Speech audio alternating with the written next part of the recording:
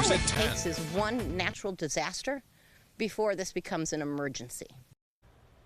Good evening, everyone. I'm Tina Shaw. Ben is off.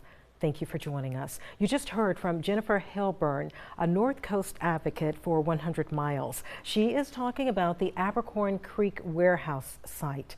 Now, in our top story at 10, the proposed warehouse could be built on the Abercorn Creek in Rincon, and it's causing a great deal of concern. The creek is a main water source to thousands of residents in both Chatham and Effingham counties. And officials say this plan could be a serious threat to the water supply. WSCV's Kyra Jones heard disapproval from residents at the Effingham County Planning and Zoning meeting earlier today.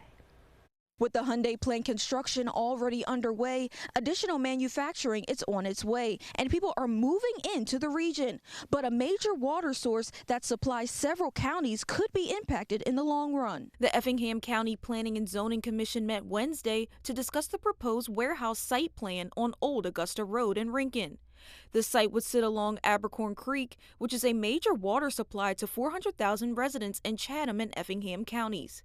A unanimous vote from the Effingham Planning and Zoning Committee moves the plan forward. Now it will be up to Effingham County Commission to determine its fate, but some residents I talked to don't think it's a good idea.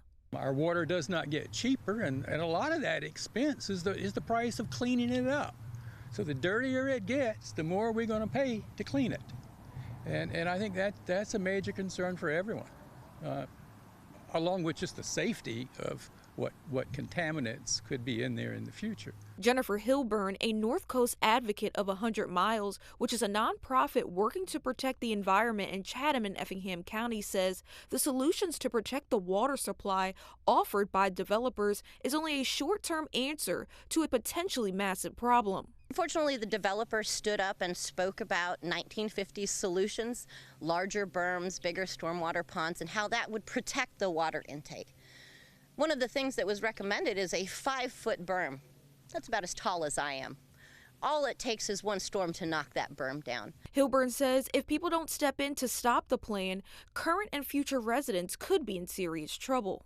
These areas are not just what you see in the river. Surrounding these areas are wetlands, and they are the kidneys of our water system. So with development, which is coming further out, it will still need to drain through our wetlands to purify itself before it enters Abercorn Creek and then into the water intake. The next meeting is scheduled to take place May 2nd at 6 p.m. For a full list of public meetings, just go to our website, wsav.com/supply. Reporting in Rincon, Kyra Jones, WSAV News 3 on your side.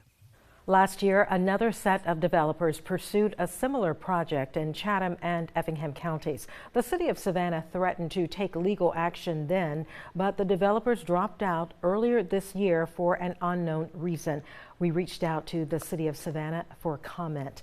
The statement says, in part, the city of Savannah strongly opposes the proposed industrial project.